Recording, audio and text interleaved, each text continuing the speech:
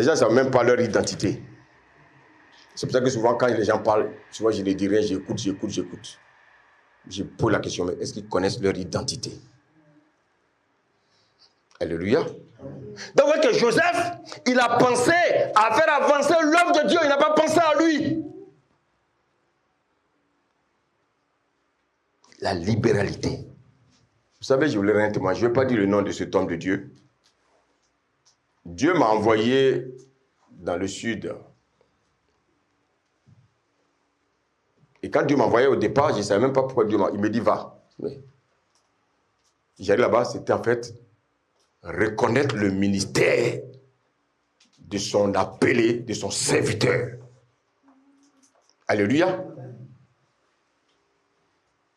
Mais avant même que je lui dise la mission pour laquelle j'étais là, avant de lui révéler ce que le Seigneur allait me dire, frère, écoutez-moi bien, j'avais un besoin. Vous savez cet homme, c'est ce qu'il a fait? Vous savez ce qu'il a fait? Il m'a offert un portable qui était dans un carton neuf. Alléluia. Amen. Quand je parle du portable, je parle de l'ordinateur. Amen. Amen. Le lendemain, il se réveille. Il dit, j'offre encore un autre à ta femme.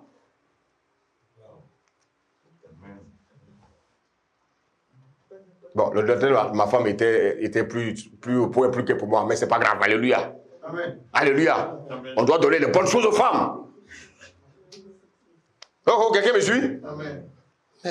Bien aimé, mais c'est normal que je sois surpris. Alléluia.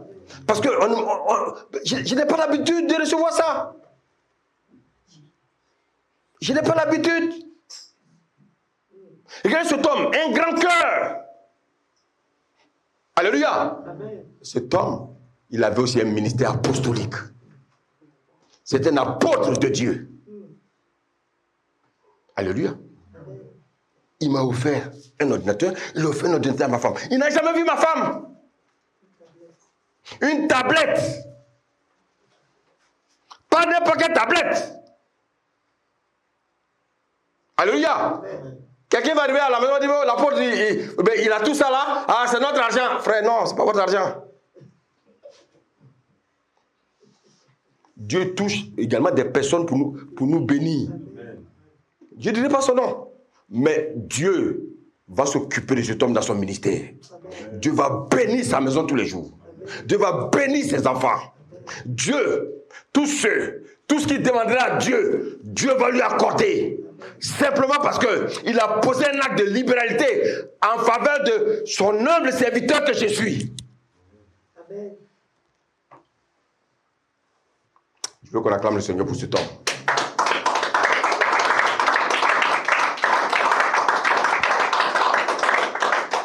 Homme de Dieu, je ne dirai pas ton nom. Tu es mon serviteur, tu es mon collègue, apôtre. Vous savez, souvent quand on parle d'apôtre, les gens tremblent, ils pensent que oui, apôtre, ça veut dire quoi? Un envoyé qui est prêt à mourir. C'est ce que ça veut dire apôtre. C'est pour ça que les apôtres, on les a tous tués. Apôtre, ça veut dire quelqu'un qui n'a pas peur, qui est un envoyé de Dieu, qui prêche la parole de vérité, alléluia, qui est prêt à mourir. C'est ça un apôtre. Vraiment que ton ministère grandisse. Amen. Je reviens donc au message. Voici Joseph. Alléluia. Amen. Joseph qui va offrir, bien aimé, la Bible dit, il va offrir son champ, il va vendre son champ. Et bien aimé, regardez ce qui est intéressant. La Bible dit, il a vendu son terrain. Alléluia. À 300 000 euros. Il est venu déposer au pied des apôtres combien? 300 000 euros.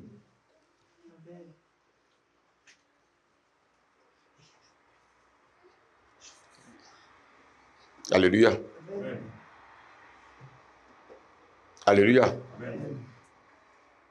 Waouh. Est-ce qu'il y a des gens comme ça encore qui existent? Il y a des gens qui sont prêts à abandonner tout le bien de la terre au service du Seigneur. Les gens sont toujours en train de calculer. On calcule. On calcule. On calcule. Mais tu calcules, tu vas où? Amen. Amen. Est-ce que le Seigneur est là ce matin? Amen. Est-ce que vous êtes aussi là ce matin? Amen. Ah Seigneur, aide-nous.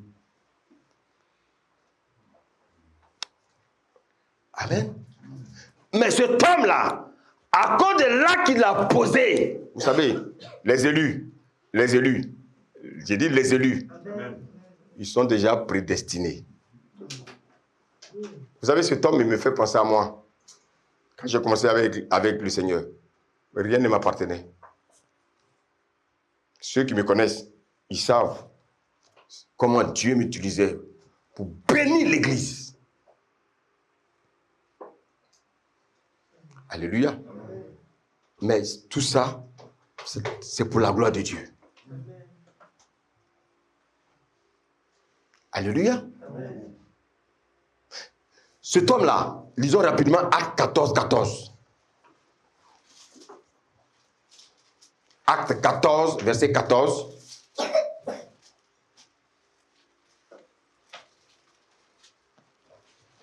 Amen. Amen. Les apôtres, Barnabas et Paul, ayant appris cela, déchirèrent leurs vêtements et se précipitèrent au milieu de la foule. Amen. Alléluia. Amen. Vous savez, tout à l'heure on nous a dit, Joseph, que les apôtres ont appelé Barnabas. Ce Barnabas qui a offert le chant à l'église, c'est lui qui est l'apôtre, qui est devenu apôtre plus tard. Vous savez, les élus du royaume là, ils n'ont pas peur d'œuvrer dans l'œuvre. Ils n'ont pas peur de donner leur vie pour l'œuvre. Ils n'ont pas peur des critiques. Quelqu'un me suit ce matin? Ils n'ont pas peur, même si on les lance des pierres. Voilà ce type qui a vendu son champ, qui a posé un acte de libéralité. Il est devenu apôtre de Jésus-Christ. Il va devenir le compagnon de qui? De Paul. Pas n'importe quel apôtre. Vous voulez être dans le visage de Dieu? Posez les bons actes à Dieu. Ne pensez pas à vous. Arrêtez de penser trop à vous. Pensez à l'œuvre de Dieu. Pensez, bien-aimés, à l'évangélisation. Pensez à participer, bien-aimés, au bien de Dieu. Dites Amen. Amen. Et vous verrez la puissance de Dieu dans votre vie. Amen. Je suis un témoin de ça. On revient dans Acte 4, s'il vous plaît. Donc la Bible nous dit que cet homme va vendre son champ. Et la vente de ce champ, qu'est-ce qu'il va faire? Il va les donner à l'église. Il ne va même pas enlever un centime là-dessus. Est-ce que quelqu'un me suit ce matin? Amen. Maintenant, bien-aimé, vous savez, il y a des hommes souvent dans l'église qui disent, ah, cet homme-là, il ne sait pas qui je suis. Alléluia. Alléluia. Amen. Vous savez, le cœur de l'homme est souvent tortueux. On nous a parlé de 3000 personnes qui ont accepté Jésus. Les 3000 personnes ont reçu le Saint-Esprit. Alléluia. Alléluia. Amen. Maintenant, est-ce que tous obéissent au Saint-Esprit? Vous savez à quel moment les hommes obéissent au Saint-Esprit? Quand c'est dans leur propre intérêt. Amen. Amen.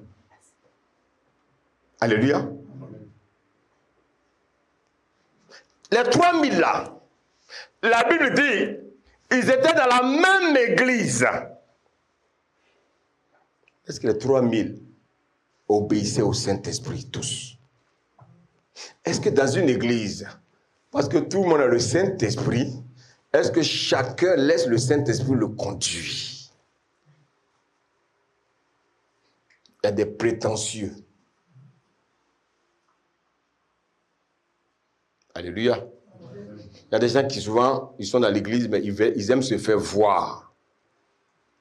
Il y a un sentiment diabolique de plusieurs souvent dans l'église. Alléluia. Amen. On va lire Acte 5. À partir du premier verset jusqu'au verset 11. Amen. Amen. Suivant, s'il vous plaît. Mais un homme nommé Ananias. Ouais, la phrase commence par quoi?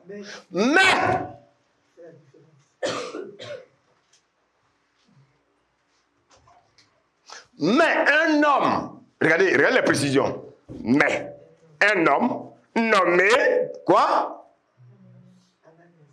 Vas-y. Ananias.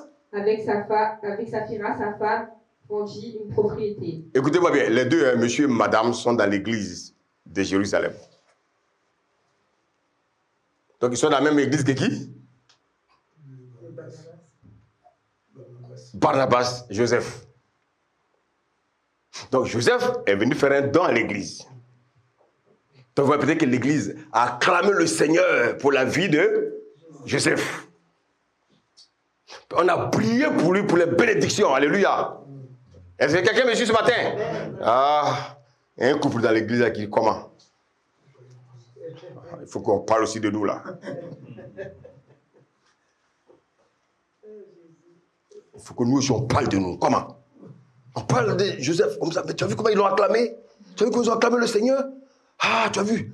Mais non. Ah, il a fait tout ça là? Ah non. Il faut que nous aussi on nous voit là. Mais attends, chérie, c'est quand même moi Saphira là. Écoutez-moi, n'ayez jamais ces pensées là. N'ayez jamais ces pensées. Alléluia. Alléluia. Ils ont vu Joseph venu déposer l'argent pour faire fonctionner l'église. Ils ont regardé, ils ont dit, mais nous, mais il faut qu'on parle aussi de nous. Alléluia. C'est une bonne intention ou c'est une mauvaise intention? La Bible dit, regardez ce qu'ils vont faire. Ils vont faire quoi? Ils vont, lis la suite là, vendit quoi? Vendit une propriété. Vendit une propriété. Ah, donc en fait, alléluia, ils ont décidé aussi de vendre une propriété. Est-ce que c'est mauvais de vendre une propriété pour venir dans l'église? Non. Ok. Maintenant, lisons la suite. Et retint une partie du prix. Comment tu comprends ça, ma fille? Ils ont gardé une partie de l'argent. Ils ont gardé une partie de l'argent. Tu sais, c'est un passage. Ça me fait peur chaque fois que je lis ce passage. Quand je vous dis souvent que Dieu c'est un Dieu des offrandes, vous croyez que c'est un jeu. Dieu ne joue pas avec les offrandes. Alléluia. Ils ont vendu le terrain à 300 000 euros. Alléluia.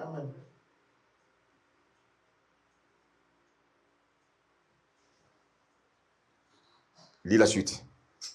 Sa femme, le sachant, puis il apporta le reste et le déposa aux pieds des apôtres. Donc en fait, lui et sa femme, qu'est-ce qu'ils ont fait?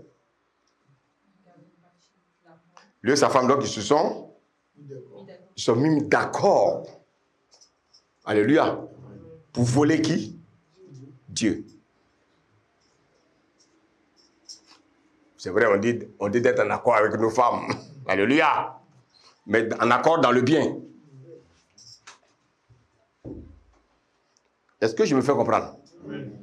Ils étaient en accord pour retenir quoi? Une partie de l'argent. Or, on nous dit que Joseph, Barnabas, il a déposé quoi? La totalité de l'argent où? Au pied des apôtres. Ananias et Saphira, ils ont eu aussi une idée de vendre, bien aimé, leur terrain, de vendre, bien aimé, leur propriété. Mais la Bible dit qu'ils vont faire quoi? Je retiens deux. Je retiens.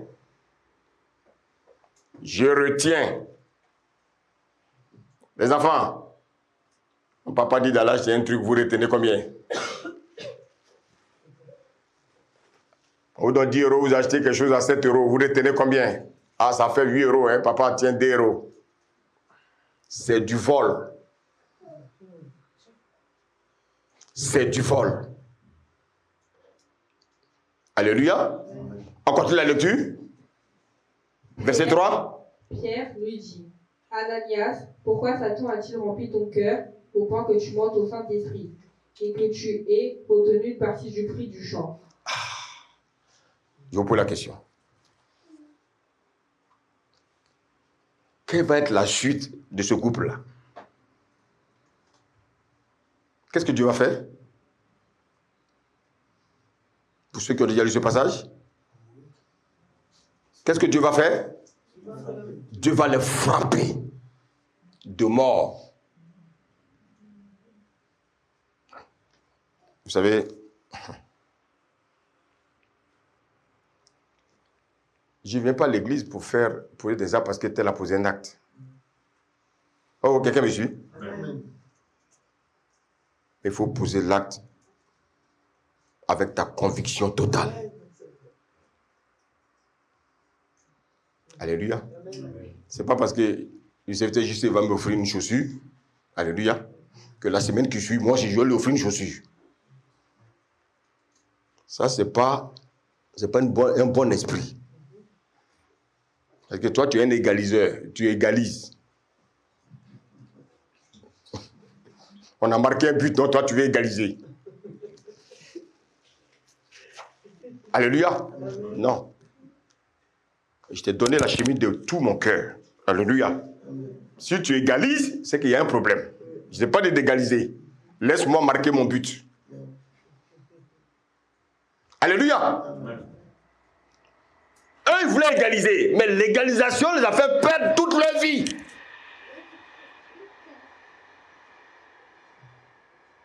Et regardez souvent comment nous nous comportons. On veut faire comme les autres. On veut faire comme tel a fait tel. Moi aussi, je veux faire plus. Mais bien aimé, tel a fait tel. Mais souvent, on le fait mal. Et vous savez, quand on le fait mal, ça irrite le cœur de Dieu. Quand vous faites les choses, faisons les choses de manière humble. Dis Amen. Amen. Ne confrontons pas les choses. Vous savez, dans l'église, souvent, on veut juger les gens. Il ne faut pas juger les gens, soit par leur apparence, soit... Non, ce n'est pas bon. Parce que quand tu juges la personne selon son apparence, le jour où tu vas dire, ce gars-là, il est orgueilleux. Hein? Mais quand tu t'approches, à force de t'approcher de lui, toi, tu te rends compte qu'en fait, cette personne, elle est humble.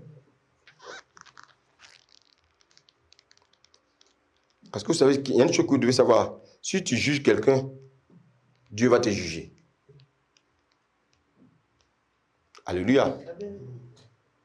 Si tu juges l'habillement de ton frère, Dieu va te juger. Quelqu'un me suit ce matin? Joseph, il a posé l'acte. Alléluia.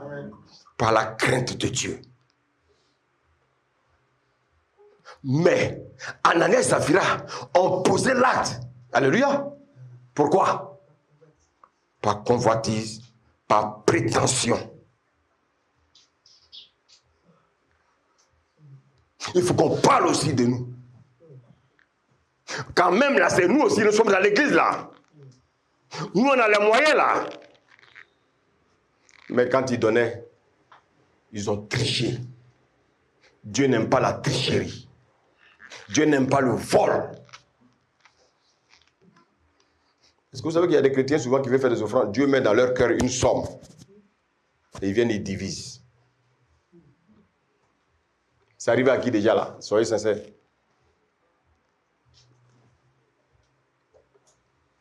À qui c'est arrivé?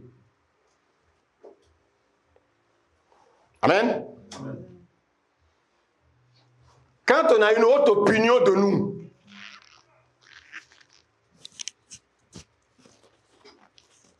Amen. Amen.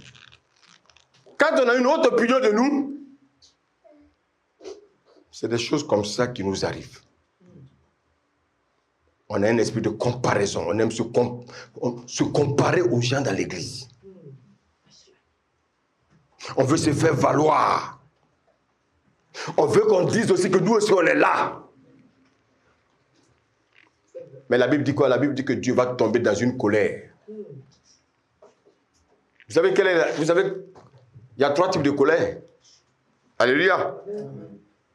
Il y a la colère démoniaque, il y a la colère charnelle, puis il y a la colère sainte. La colère sainte là, c'est celle de Dieu. Écoutez-moi bien. Ils étaient chrétiens, hein, mais Dieu n'a pas pardonné. Dieu a fait quoi?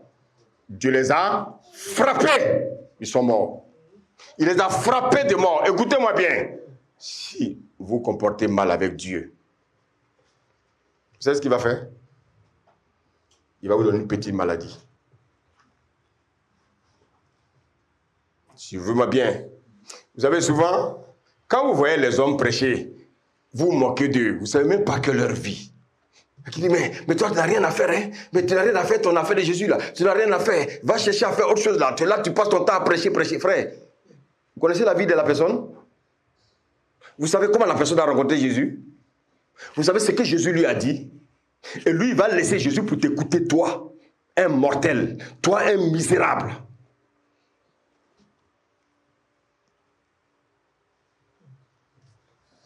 Lorsque nous voulons jouer avec Dieu, qu'est-ce que le Seigneur fait? Le travail qui te tient à cœur, là, un matin, tu le perds. Parce que tu méprises Dieu. Et quand tu vas tourner, tu ne trouves rien. C'est que les gens ont facilement. Tu vois, tu as des difficultés pour l'avoir.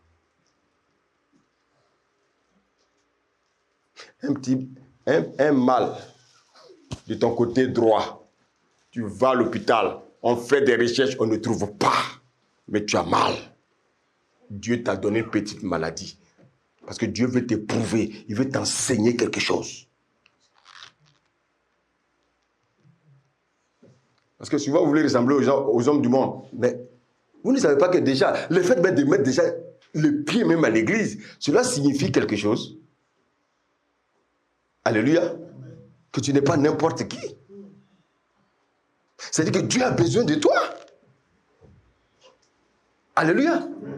Maintenant, lorsque tu commences à aimer autre chose plus que Dieu, Dieu te met devant une situation. Vous savez, Dieu, qu'est-ce qu'il fait?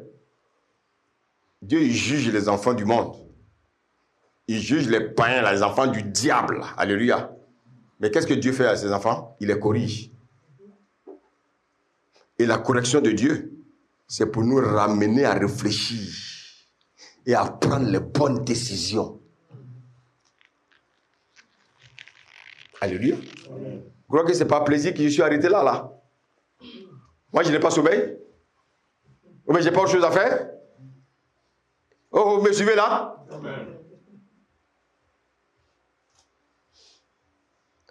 Quand ton enfant que tu crois adorer, moi, mon enfant, je l'adore. Moi, mon enfant, je l'adore. Il va t'enlever ton enfant.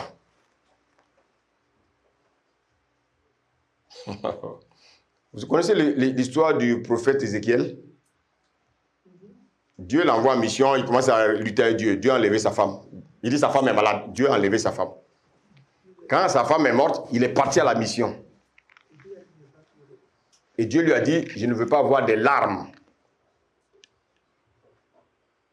Donc si c'est ton enfant qui te préoccupe, Dieu dit, donc c'est à cause de l'enfant là qui n'a pas trop le temps là, de me servir. Je vais enlever l'enfant. Si Dieu t'enlève un enfant, il peut t'en donner 10. Il a enlevé les enfants à qui? À Job. Il ne les a pas redonnés. Donc Dieu nous enseigne. Ce qui te tient à cœur là, Dieu va te l'enlever. C'est ça la correction de Dieu. Parce que Dieu fait ça pour que tes yeux s'ouvrent. Parce que souvent nous sommes aveuglés. Le monde là nous aveugle.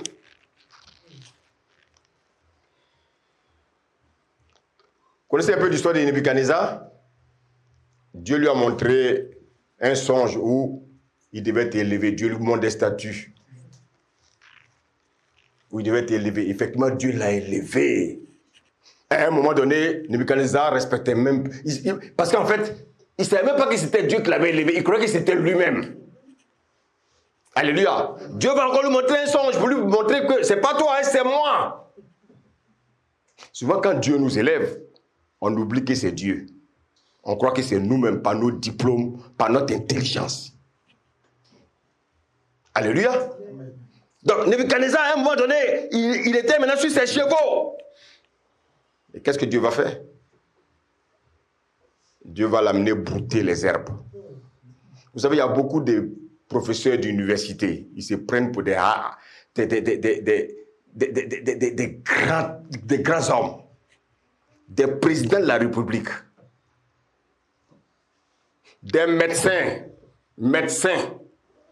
Des professeurs d'université, de médecine. Des grands philosophes. Tous ces chefs d'État, écoutez-moi bien, ils ont tous besoin de passer par un seul chemin, c'est Jésus. Ils sont obligés, s'ils veulent avoir la vie éternelle, de passer par la croix. Sinon, leur franc-maçonnerie, la rose croix dans laquelle ils sont inscrits, ces sectes-là vont les dévorer. Président, si tu m'écoutes, tu es médecin. Tu as ton titre de médecin. Écoute-moi. Si tu ne passes pas par la croix de Jésus, ton chemin, c'est les temps de feu. Si Dieu a fait ça à Nebuchadnezzar, quand il a fini de manger, il a fini de brouter les comment on appelle ça, les herbes pendant combien d'années? Après 7 ans, Dieu va lui dire maintenant, il va maintenant lever les yeux vers le ciel. Il va reconnaître que Dieu est puissant. Et Dieu va le restaurer. Il va commencer maintenant à être un adorateur de Dieu. Il y a beaucoup de médecins qui m'écoutent. Les professeurs d'université, tu es président de la République, tu es ministre, tu es ambassadeur. J'ai dit, il y a un chemin qui t'attend, c'est le chemin de Jésus-Christ. Et ce chemin-là passe par la croix. Tu dois mourir et ressusciter en Christ. Et sans cela, bien-aimé, que tu auras la vie éternelle. Beaucoup sont prétentieux, ils sont prétentieux. Ah, Jésus, c'est qui? Jésus, c'est pas Dieu. Jésus est ceci, Jésus est cela, Jésus, c'est un homme comme toi. Frère, Jésus est Dieu. J'ai dit, Jésus est Dieu. Amen.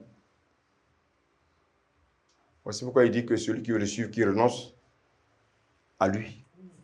Est-ce que quelqu'un ici est prêt à renoncer à lui? Les gens ne veulent pas renoncer à eux. Ananias et Saphira croyaient être bien-aimés au-dessus de tous les frères de l'Église. Ils ont compris, ils ont écouté le message de la croix, mais ils ont refusé de pratiquer le message de la croix. Le message de la croix, il faut l'apporter. Alléluia. Amen. Quand on écoute le message de la croix, on vit dans l'humilité. Bien-aimés, beaucoup sont piégés. Beaucoup sont piégés. Mais ils ne savent pas qu'ils sont piégés. La Bible dit que l'humilité précède la gloire. Donc, bien-aimés, quand tu viens à l'église, ne cherche pas à faire plus qu'un frère. Dis Amen. Amen. Mais fais ce que Dieu te met à cœur.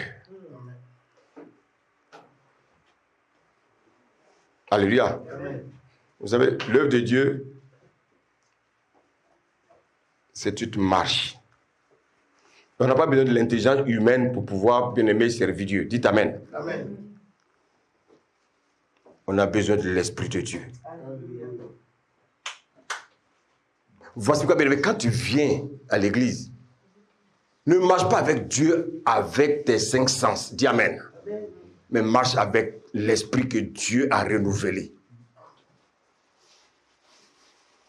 Amen. Amen. Lorsque tu as accepté Jésus, à la croix, Jésus est venu. Il a pris tes péchés. Il a pris, bien-aimé, qu'est-ce qu'il va faire? Il va prendre tous tes péchés. Non seulement il va prendre tes péchés, il va prendre le péché d'Adam. Il va te donner la victoire sur tes propres péchés.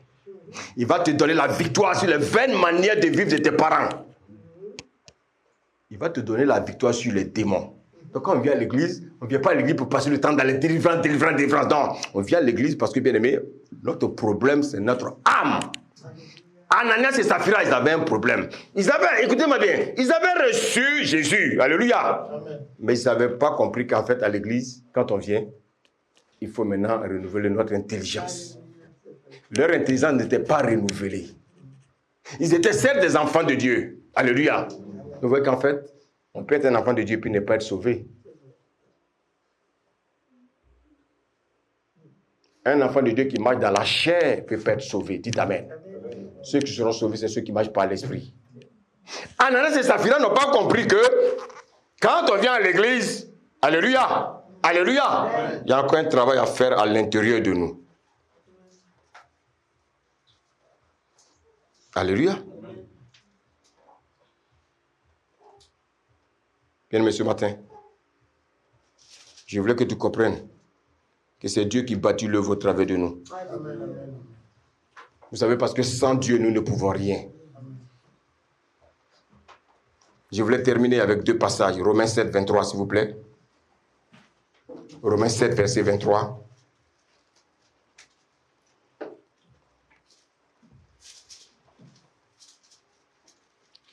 Romains 7, verset 23. Amen. Amen. Mais je vois dans mes membres une autre loi qui lutte contre la foi de mon entendement et qui me rend captif de la loi du péché qui est dans mes membres. Alléluia. Amen. Donc, bien aimé, s'il continue à marcher par la chair, il nous sera difficile d'entendre la voix de Dieu.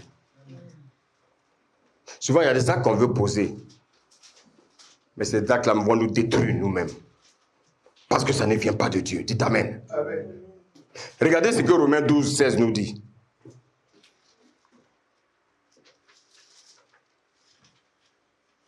Romains 12, verset 16. Amen. Amen. Ayez les mêmes sentiments les uns envers les autres. Ayez le même sentiment les uns les autres, oui. N'aspirez pas à ce qui est élevé. Écoutez-moi bien, soyez humbles.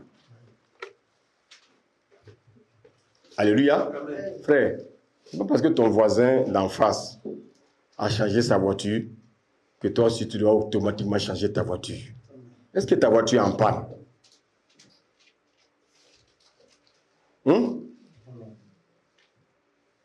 C'est pas parce que le voisin d'en face allait acheter aquarium que chez toi aussi tu dois aller acheter aquarium. Tu ne sais même pas que l'aquarium qu'il allait acheter là, il va le dédier à son Dieu, tu ne sais pas. Et parce que toi tu vois l'eau avec des poissons dedans, toi aussi, chrétien, tu vas l'acheter aquarium avec des poissons dedans pour mettre dans ton salon.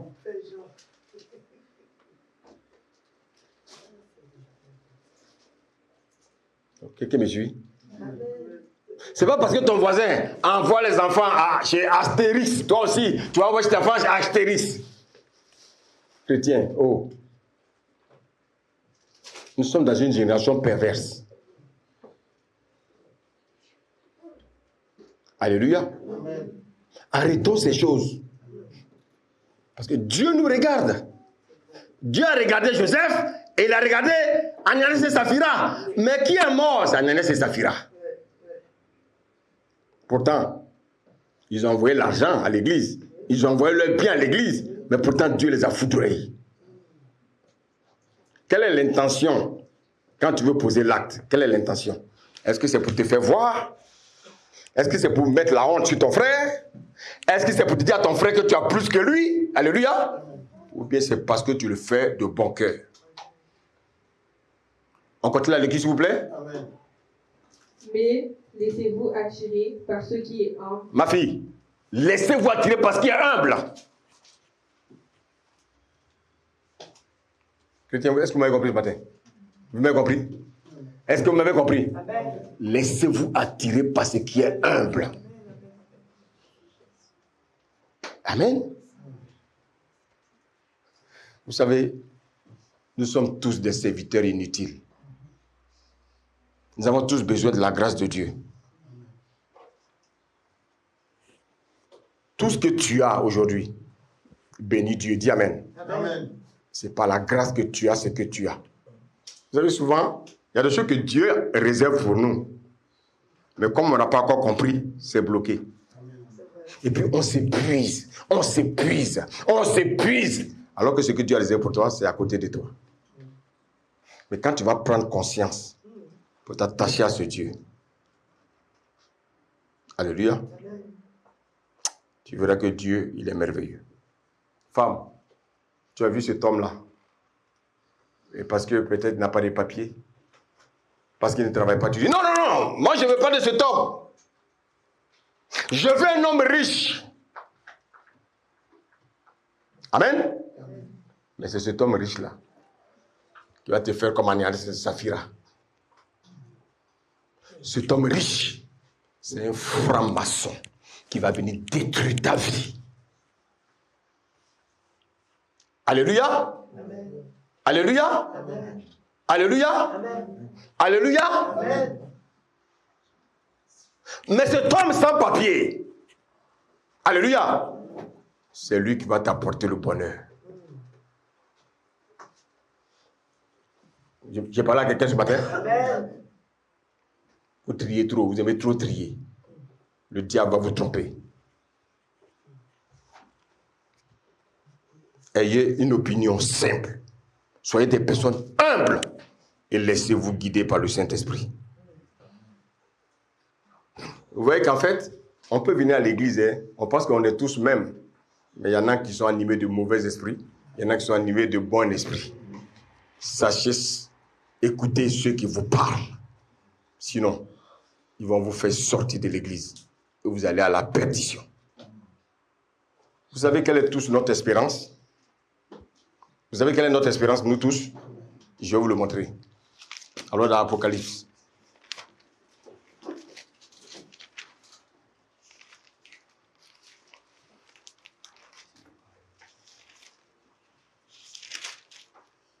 Apocalypse 21.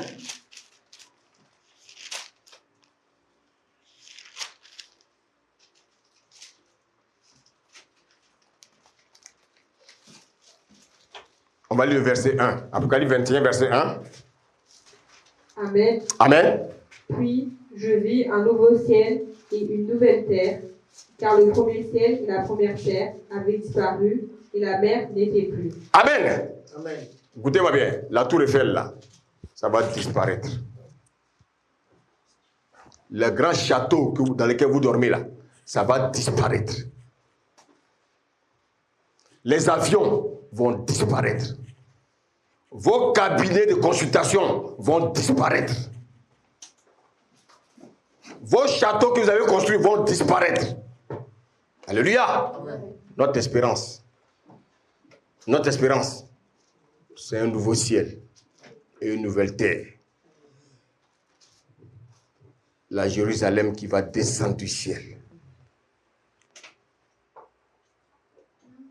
Que le Seigneur vous bénisse ce matin. Amen. Amen.